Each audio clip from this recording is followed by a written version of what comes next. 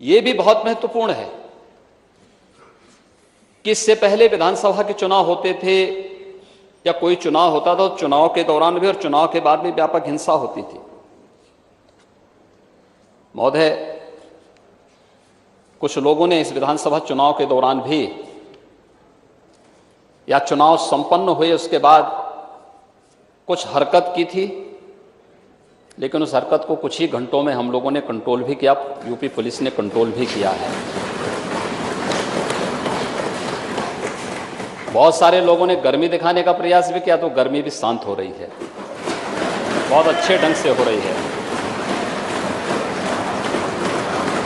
उत्तर प्रदेश की कानून व्यवस्था आज देश के अंदर नजीर बनी हुई है। 5 वर्ष में कोई दंगा नहीं। 2012 से 17 के बीच में 700 से अधिक दंगे, बड़े दंगे हुए थे। महीनों महीनों तक मुजफ्फरनगर, बरेली, लखनऊ, कानपुर, कौन सा ऐसा जिला था जहां पे दंगे न हुए हों? 5 वर्ष में कोई दंगा, 17 से 22 के बीच में कोई दंगा नहीं हुआ, कोई कर्फ्यू नहीं। और नई सरकार के गठन के बाद रामनवमी के अवसर पर देश के अंदर 7 राज्यों में दंगे हुए, यूपी में कोई दंगा नहीं।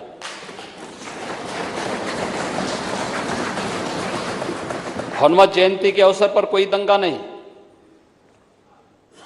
महोदय, यही नहीं, हमें हर जगह से शिकायत आती थी, बुजुर्गों के द्वारा, परिवार की महिलाओं के द्वारा, बेटियों के द्वारा, माताओं के द्वारा कि नवजात शिशु हैं या कोई बीमार व्यक्ति है, अनावश्यक माइक धर्मस्थलों से उतरने चाहिए, शोरगुल बंद होना चाहिए। हम लोगों ने एक अपील की, 1 लाख से अधिक माइक या तो उतरे हैं या उनकी आवाज कम हुई है। जो उत्तर प्रदेश में पहले भी हो सकता था, इच्छा शक्ति नहीं थी। हर एक कार्य को वोट बैंक के नजरिए से देखने की जो प्रवृत्ति है उसने नहीं करने दिया। और शायद इतिहास में पहली बार हुआ है और उत्तर प्रदेश में हुआ है कि अलविदा की नमाज भी सड़कों पे नहीं हुई है। ईद के अवसर पर सड़कों पर कोई अराजकता नहीं हुई, शांतिपूर्ण तरीके से पर्व और त्योहार मनाए गए। सरकार ने कहा कि सबको सुरक्षा देना हमारा दायित्व है, सुविधा देना यह भी सरकार का कार्य है।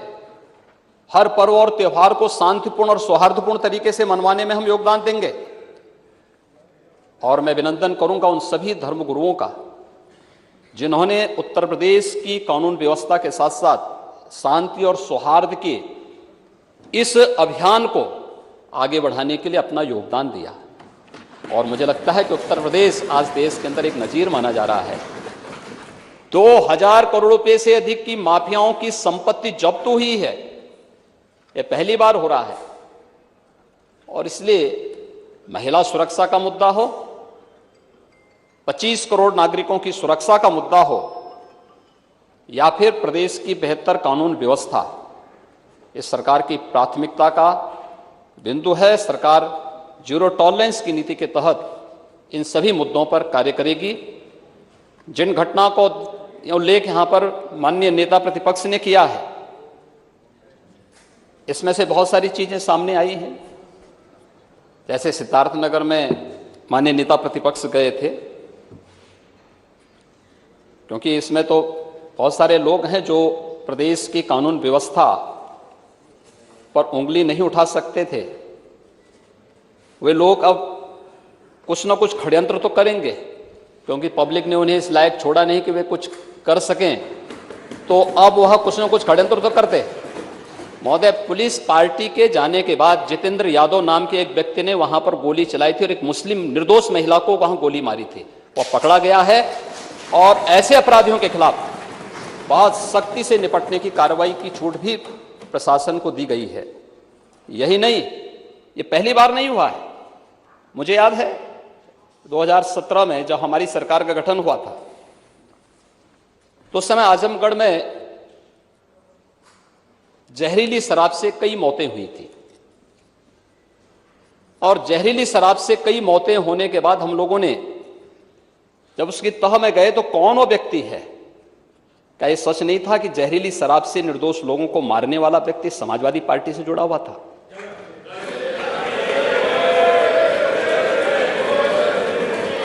हमारे पास उसके पूरे तथ्य हैं, पूरे प्रमाण हैं,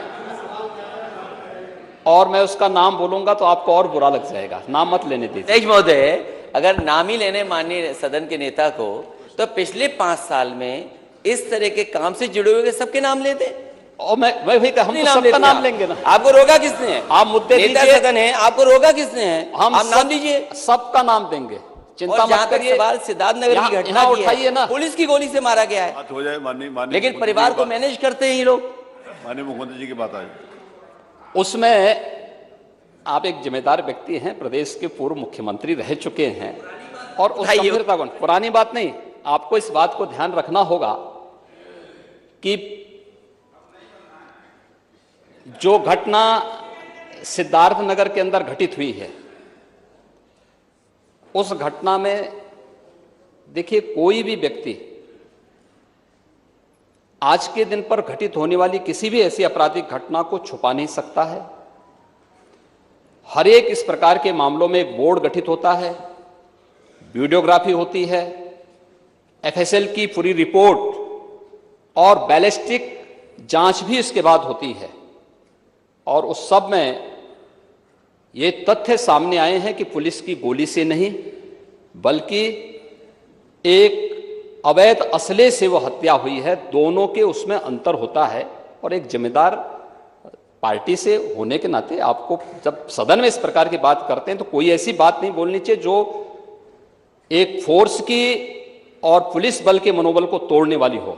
अपराधियों के खिलाफ कार्रवाई की बात होनी चाहिए, अपराधी कहीं भी हो, कोई भी हो, उसके खिलाफ कार्रवाई की बात तो होनी चाहिए, लेकिन कोई ऐसी बात हमें नहीं कहनी चाहिए जो प्रदेश की सुरक्षा पर और एक जिम्मेदार पुलिस बल पर उंगली उठाता हो और उसके मनोबल को तोड़ने वाला हो। यह हमें हमेशा ध्यान रखना होगा।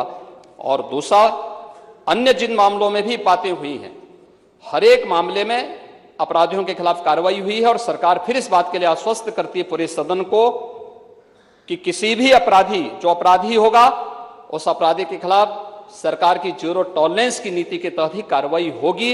इसमें किसी प्रकार का कोई संदेह किसी को भी नहीं होना चाहिए। मैंने माननीय नेता प्रतिपक्ष को सुना, माननीय मुख्यमंत्री जी को सुना। सवाल ये है कि महिलाओं के ऊपर अपराध होने में यूपी कहां खड़ा है? क्या मानिए आज ये इस प्रश्न के ऊपर होगी, कल बात करेगा। लेकिन ये दूसरा, लेकिन माननीय मुख्यमंत्री ने अपने जो कहा स्टेटमेंट दिया कि दलाली नहीं कर सकते हैं, वो बताया नहीं माननीय मंत्री। माननीय ओम प्रकाश जी।